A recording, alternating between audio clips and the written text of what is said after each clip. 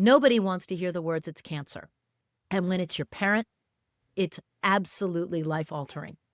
This episode's guest is Richard Willmore.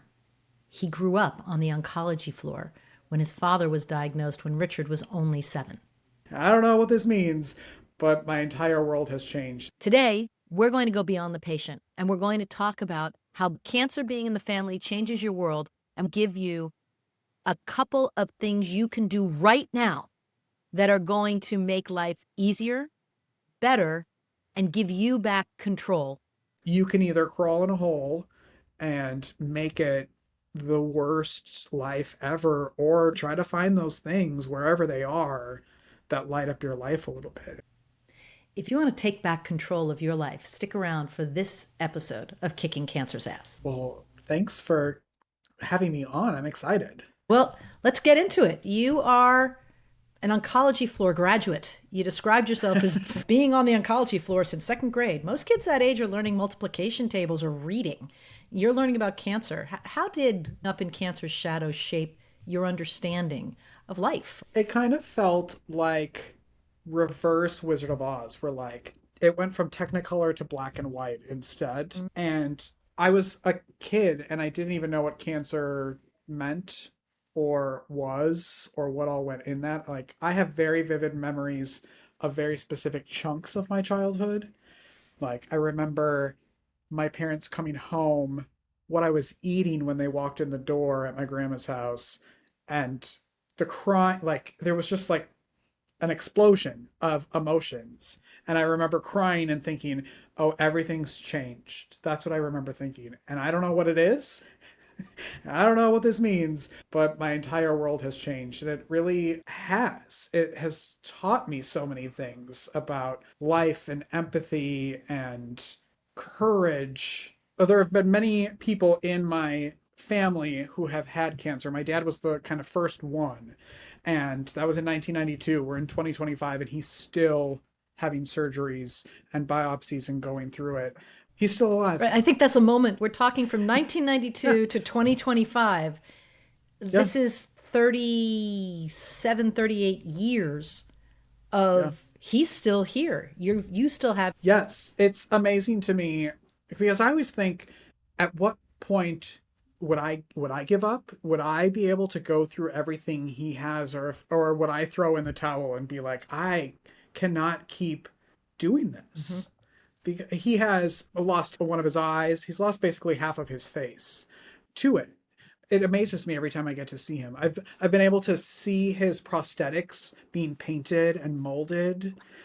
It was so creepy to see your dad's face in someone else's hand. Like they painted it and then showed me, and I was looking at my dad's eye in someone else's hand. And I think it just set me up for a life of how do I make other people's lives better, because it's what I wanted. I had a seemingly like wonderful childhood up until that moment, and then it all felt like it crashed.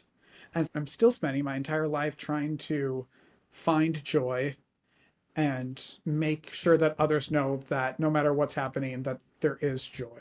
I remember being on your Make Your Day Richer, and there is a joyful energy in your background, in what you do. And I'm a big believer in happiness tripwires, which are little of joy that you that make you feel better. Let's back up a little. How about giving us a sense of what is the cancer blueprint of your family? What did this look like? You were 7, your dad was diagnosed with something, and so it continues. For years before he got diagnosed, he had a mark under his eye. It felt like you got scratched and it never healed. Mm-hmm. And I think he was afraid to go see what that was. And so it just kept getting bigger and bigger and bigger. And there's one photo that I remember as a kid, and it's on Easter, and it's the last like photo that we have of my dad with 2 eyes. And he finally did it, and then it just felt like, I don't even know how to explain it. It just felt like everything was a blur. And there's so much that I don't remember. I was 7. We were the family that everybody loved, and all of the neighborhood kids hung out at our house. And then it turned into the sad family, the family that everybody needs to help, the family that people were bringing dinner to the door and having fundraisers for because nobody could work. My mom and my dad weren't able to work because they were just at the hospital. Wow. Fast forward of like now at 40, is that still my story? That like you cling on to that. I was that little kid who had sick parents and who blah, blah, blah, blah, blah. But so much has happened since then. One of the things about cancer is it can continue and continue, but it's a fairly episodic in intensity. How long was the period of time where you were the family getting dinners, and when did that kind of return to the new normal and you were a kid just going to school and sports and music or whatever was your thing? Did it ever? I don't think it ever did because he's still going through it, Okay. right? Like it never really went back to my dad was also like the coach of every sport in the little town that I went to and we were like very well known. We were very well everybody knew my family. My brothers were very popular in sports. My dad was coaching, everyone knew my mom. So it never really went back to that Okay. ever. Was he ever able to go back to work or coaching? No, No. because he basically has a giant hole in his head. For a long time, he wore like a pirate patch, Okay. and then because it was coming back so frequently that they wouldn't do skin grafts for him because they were just constantly tearing at his face. And then as it spread, then it ended up being like a full face of tape and gauze. Wow. There was so much. Wow. So your whole childhood from age 7 on, this is the defining characteristic until Yeah. you leave home. And it even happened after that. I took my dad in for show and tell Oh my at one God, tell us point. that. I feel so bad now. Like that's so embarrassing to think of now. But I was so proud of him in that I wanted people to see what he had gone through, and talk about what he had done. So I don't even know what grade it was, like fourth grade or something. I brought him in for show and tell and he talked about his experience and what was happening with him and I started writing a lot. I started seeing like the school counselor because I was really like I was a really smart kid, really like into school. I loved school. I wanted to be a teacher for a long time. And then things started to slip because I was just not present. So I started seeing the school counselor and really started that's when I like now that we're talking about this started really using the arts Mhm. to help me through all of this. Part of your purpose and mission, bringing creative arts to cancer patients. Have you witnessed art change someone's experience with cancer? I didn't know what arts and health was. I had never heard of it until I was going through a divorce and I was 30 something and sitting in my new little crappy apartment, like, well, this is not how my life is supposed to be. Right. And so I thought, I'm going to go take myself to see a show. I'm going to go see theater. And so I went to a local theater in San Antonio, and the guy who was running the theater said, I want to introduce you to someone. And it was a woman who had founded this arts and health nonprofit. And I thought, oh, that's what I do for myself. We hired professional artists, visual artists, musicians, and writers, and we would go into local hospitals and just create with the adults. It wasn't therapy. We weren't trying to get at an end product. It was literally just make any kind of art, do whatever you want, just to like get it out of your brain, out of your heart, and out. I have so many stories of life changing moments for other people where it clicks that, oh, this is like a real thing. Because, like a normal person would be like, what do you mean I write and then I feel better? Like that sounds stupid, but it's so true. Oh, I just like throw paint and I don't need to try to make something that's going to hang on a wall. I'm just literally picking colors and doing whatever I want, and that's going to make me somehow heal faster. That's actually, yes, that's what happens. And so I would get every day, my job when I started there was to go to 60 some rooms in the hospital and say, hey, we're having an art class. Do you want to come? Do you want to come paint? And nine times out of 10, it'd be like, no. And then you get a small group of people. But they loved that I would still come in there and chat with them. And eventually someone would go, all right, fine. You talked me into it. And I was like, oh, that's my job. I'm going to keep bothering you. I'll be back tomorrow if you say no, but my job is to just come check on you. And so many times someone would go to a class and come out crying from a 50-minute class. I've had so many people come up to me and go, Richard, I'm an artist. And then, of course, I just start crying because I'm a big baby. I spent the first year of that job literally crying every single day in some closet in the hospital, in my car. It was awful. But just to see people connect with themselves and to connect with other people in that room. When you're in a hospital, you don't know anybody else. Oftentimes, you don't get to talk to anybody. It's so isolating. And when you get put in a room with other people going through the same or similar experience, then you start to connect with other people and then you don't feel so alone. And then suddenly we would have a class and multiple patients were coming together because they were hanging out in their rooms and like playing games together. And it just created this whole sense of community. And then the nurses would come in. They'd hear us laughing and be like, what is happening in that room?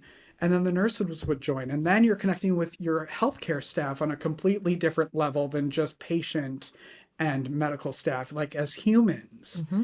I have goosebumps. It was such a magical experience. It was the best, like, it saved me. It came at a time where arts and health saved my life. I was at a complete low and it saved my life. And I'm forever grateful for that period. And what I love about it, I don't think people realize that cancer patients would like to be more than cancer patients and their families. They want to do things that they can do that don't have to do with being treated for cancer. Unlike your dad, I was able to restrict cancer to 1 day a week. I was able to box it in, and it just lived on Wednesdays. And what you did and what this program did is for 50 minutes or however long the class was, they weren't cancer patients. Yeah. They were people creating art or Yeah. creating. I don't think people realize that when someone you know is going through this, just being with them and bringing normalcy, doing something normal is a huge Yeah. gift.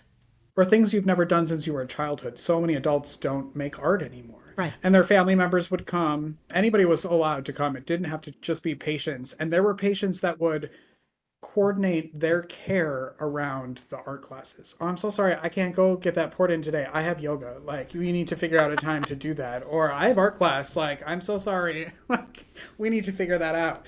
Because they would bring in family members and it was their time for themselves. I think that's perfect in the sense that there are things you can control. There are ways you can advocate for things that are important to you. Art class is important to me. We do this so that I can still go to art class. Most of the time, the answer is yeah, we can make an adjustment.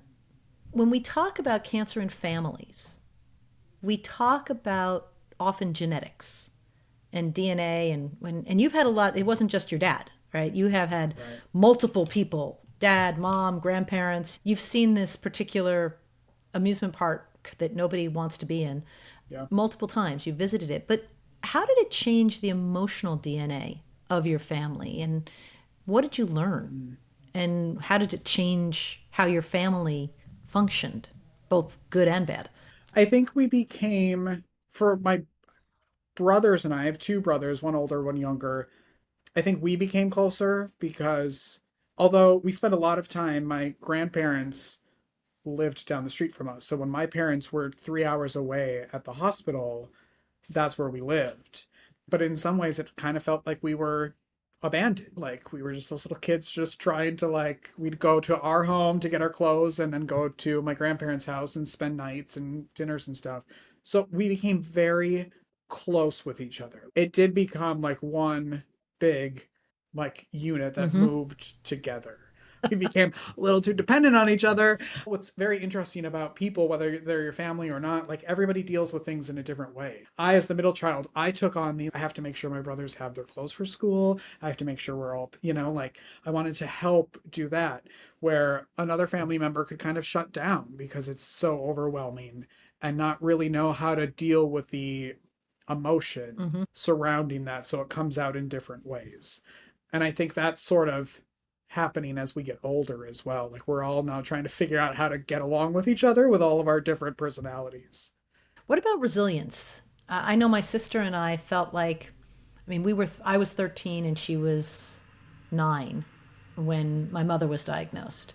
And we, and like you, it's there's been multiple episodes and things, and it brought us closer, but we also found that it made us in a way less scared of life, because we kind of had the perspective of we've seen some of the rough stuff and we came out okay. We managed through it. We went to school, we built relationships, we did things even though. And it just made the risks of something bad happen in a strange way less anxious, because we're like, yeah, been there, done that. Yeah. I think yes and no. We're so used to it now. We're Mm-hmm. used to going to appointments with my dad and taking a biopsy and waiting. Like we're used to that, but that doesn't make it necessarily any easier. I think the worst part is like going there and then waiting a week for any test results. Worse. My grandma, who's in her 90s, who is going through cancer treatment right now, uh, and she had colon cancer and then she had breast cancer like a year apart recently. And when she got diagnosed with breast cancer, she was like, "Well, I don't need them. You might as well take them." Like, like that was like, and at 90 some years old, she's still, I'm like, no, I have things to do. I'm Like, kicking it. Yeah. yes, I'm having yes. fun. And yes. And to watch her continue to enjoy her life, to watch my dad go through everything he has and still navigate driving 4 hours to an airport to fly to wherever I'm living and navigate all of that because he wants to be a part of my life. Mm. Like those are all things where I'm like, well, what? Like I said, I don't know if I would ever do that. If that was like mine. I ended up in the hospital a couple of years ago with a fungal infection, and they didn't know what was happening with me. And I sat in the hospital for 3 weeks, and people would come in every day and go, "Well, we don't know yet." And I thought, well, I'm going to die in here. But I think all of that had led me to like, well, that's what's supposed to happen. That's what's going to happen. Like, you can't fight that. So I just sat there and everyone was like, how are you here cracking jokes and like having fun? And I was like, all the nurses loved me and would come in. And I was like, I mean, we can either sit here and cry or we can try to make the best of it. Like, I don't know. I think that's what I've learned is like it all sucks, but you can either crawl in a hole and make it the worst life ever, or like you said, try to find those things wherever they are that light up your life a little bit. And maybe they don't come as often, but like they're still out there. Well, and when I talk about that, I agree with you. There's ways to almost instrument your life through those things, whether it is the people who want to visit. Oh, great. When you visit, bring me a joke. Yeah. If you can't visit, text me. Text me a story. Text me a joke, a funny picture. I had a friend who did stupid things my dog does. And they'd make me laugh just like that. That's the thing we're looking for is that moment of release and relief. We're like, Yeah. oh, someone's thinking of me. It's not about whatever's going on with me. Yeah. And it made me smile. And the incredible thing, Richard, is I could ask you just to remember one of those interactions with one of those nurses that you made laugh, and you're already starting to smile. The Yeah. Yeah. memory is also powerful. So I want to talk about Make Your Day Richer because Okay. you've spent decades watching people face mortality. I want to know what you've learned about the difference between living and surviving and how you teach people to extract richness from an ordinary Tuesday.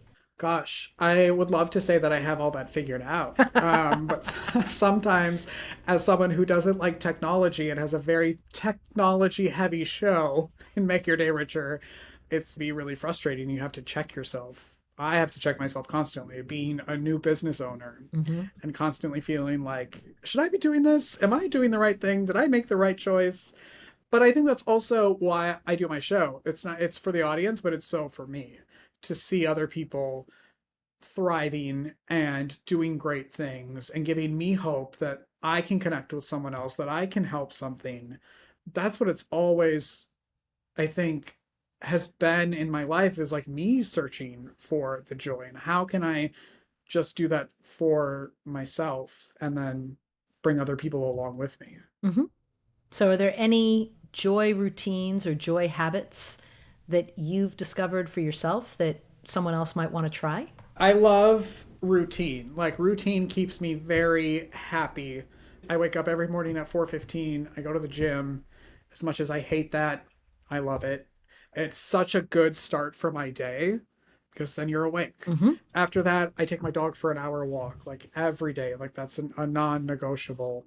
And those are such to me easy things that are so good for you in so many different ways. Like I like to like punch a bunch of different holes on the bingo card while I'm doing something so it doesn't feel like so heavy like well, I have to do this and I have to do that in order to stay healthy and sane. Hmm. So, like, how can I double dip some things? Like ingesting art, not even necessarily creating it, but I love going to live theater. I love watching comedy specials or going to comedy clubs.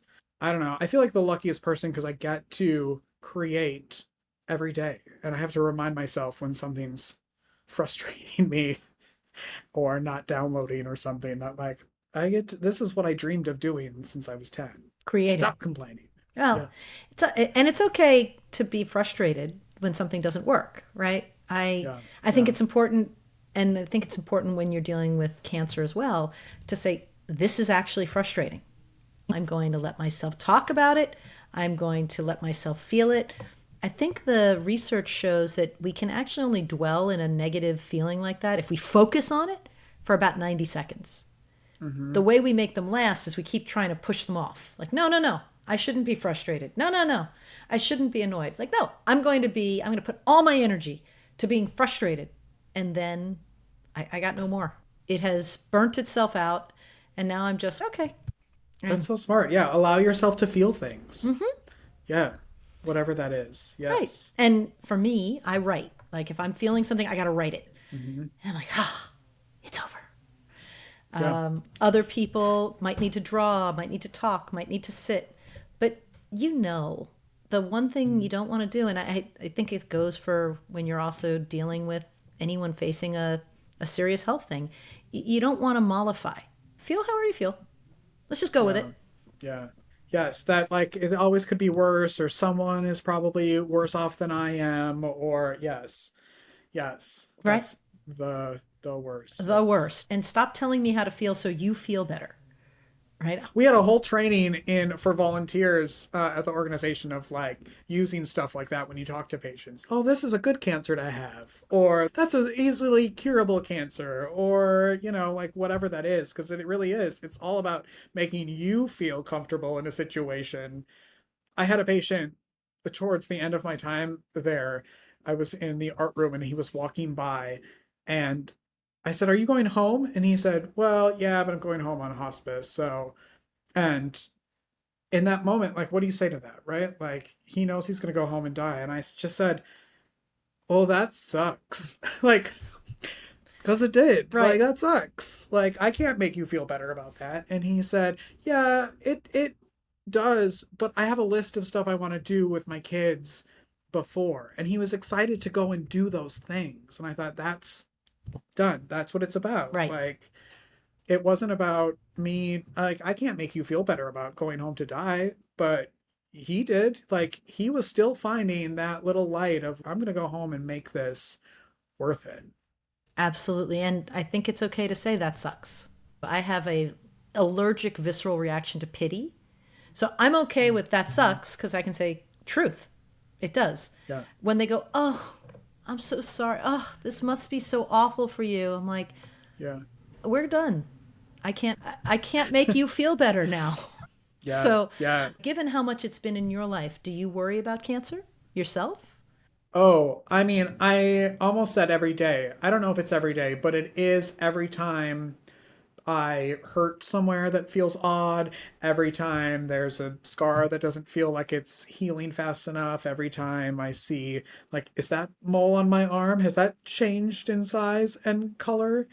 Yes. Yes. I do worry about that, but on the this is again, why is he a therapist? On the other side of that, I, there was so many parts of my even adult life where I didn't like I didn't have money and I didn't have good insurance. And so going to a doctor scares the crap out of me. I love going to the dentist. They could clean my teeth all day long. Love that. But the thought of like going there, because it's all money related to me. Because Mm, after after my dad got cancer and had to go on disability, there was all these steps, and there was so much bill collectors, and they're like, Mm. it all surrounds my money to me. So I just think, oh my gosh, I can't afford to go to the doctor. Even though like I have good insurance now, Hmm. there's always that in the back of my head, that little kid who's like, oh, that means this is going to be really expensive and you can't afford it. So it's interesting. I had a conversation with a prominent business leader who is also a cancer survivor, although that is not publicly known. And this person was asking me, what can we do? Because cancer patients overwhelmingly end up worrying more about money than they do about cancer, Mm-hmm. right? It's Mm-hmm. not just you, it's the vast majority, something like 70% or more. And this may be an American specific problem, but this person asked me, what can we do and help people? And I said, short term disability insurance and long term disability insurance for what your father went through. But, fully funded short term disability insurance that ensures people can go through treatment and not have to worry about their financials.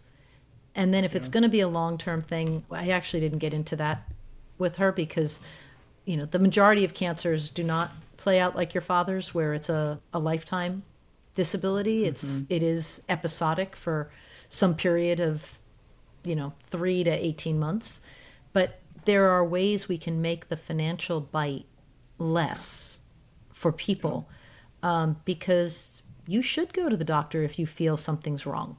Early detection is how we all beat this sucker. When it can be beaten, it's early. Well, even when I had my fungal infection, I didn't know. I was literally like, my body was like, I have scars that it was like popping up all over, my hands swelled to like, Mm. and I still was like, I think it's going to be fine.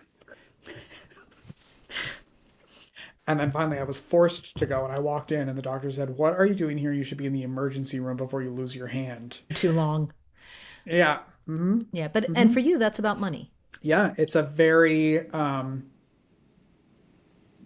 I don't know, of such a memory of all of that. Like, it was just so much chaos. Hmm. It felt like, as a little kid who just wanted everything to be like it was, Right, before. right. Yeah. A lot of crying, a lot of, yeah. So I didn't want that. And I assume you've created a life now that has a lot less of that chaos and Yes. Yes. Over the last few years have been, I feel like I turned 40 and I was like, okay, I think I finally getting to a place where I don't need to distract myself. I can just be myself with myself and be present. And I love peace and quiet. And yes, yes. And that's then people are like, "Do you ever leave your house?" And I was like, "I don't, not if I can help it, because it's quiet here." Yes. well, and you have your gym, you go to the gym, and Mm-hmm. so in the 4 decades that you've had to face and deal with cancer, your father's continuing, your grandma, how is the conversation? How have you found things have changed? Obviously, maybe when you were 7, you were too young, but this has been going on for your entire life. How has the conversation changed over the last 40 years? And what do you find that we talk about now that we whispered then? And what are we still getting wrong? I think we are talking about feelings more, and how things make us scared, or we're like, we're not afraid to say whatever's happening is scaring the crap out of me and I don't know. Where before, I think we had that, like, everything's gonna be fine, don't worry about it, like, I had parents who were trying to protect these little kids and not scare them, and we're gonna be fine, we're just gonna get through this. And I think they were trying to tell themselves that as well. And I like when people tell the truth and tell you what they're feeling and thinking. Like, that's always very important to me in anything I'm doing. Down to, I'm not, there are certain, I'm a big board game person, and there are games where you have to like lie, Mm-hmm. and I'm not good at those. Like, Mm-hmm. you ask me a question and it just like bleh, like I can't. Because I like the truth, and I like to know how people are feeling in a situation, and no matter what that is, Mm-hmm. because then we can talk about that. So that's, I think, what has changed so much for me in those 40 years of like, I'm not afraid to tell people how I feel. And I think I'm a person that people come to when they want to share their feelings and maybe not publicly or like, to other people. Like I feel like I'm that safe space for that. And that's amazing that you create that space Yeah. and bringing joy and moments of joy, but also letting people express whatever they're feeling. Hmm. I also discovered in my most recent bout that there's a new specialty called psycho-oncology, and Mm. these are psychologists, therapists who specialize in people facing cancer. Oh, wow. And yeah, and all the various conversations, be it from the 7-year-old to the 90-year-old. Wow. Yeah, so I think that's changed. That wasn't around, at least in the 80s when my mother was diagnosed. That wasn't around. I don't Yeah. know about when your dad was. So, all right, let's do the rapid fire. Complete the sentence. If I could give everyone facing cancer one piece of advice from my 40 years of experience, it would be To laugh when you can. what's something about the cancer experience that surprised you, even with all of your exposure? It affects so many people and not just the person going through it. Okay, if you could change one thing about how families support each other through cancer, what would it? Give them the ability to talk openly and honestly with each other. And for people who need that, psycho-oncologists help facilitate that as well. Yeah. Yeah. All right, for anyone who wants to be kicking cancer's ass, what are the first steps someone should take when they realize they want to help, but they don't know how? Watch more of this podcast. Thank you. And there's so many arts and health organizations around the country. So go wherever your area is, National Organization for Arts and Health, and see if there is some way you can help bring the arts to cancer patients. Beautiful. Beautiful. What's one thing that always makes your day richer, no matter what's happening? Coffee. Do you have a favorite brand?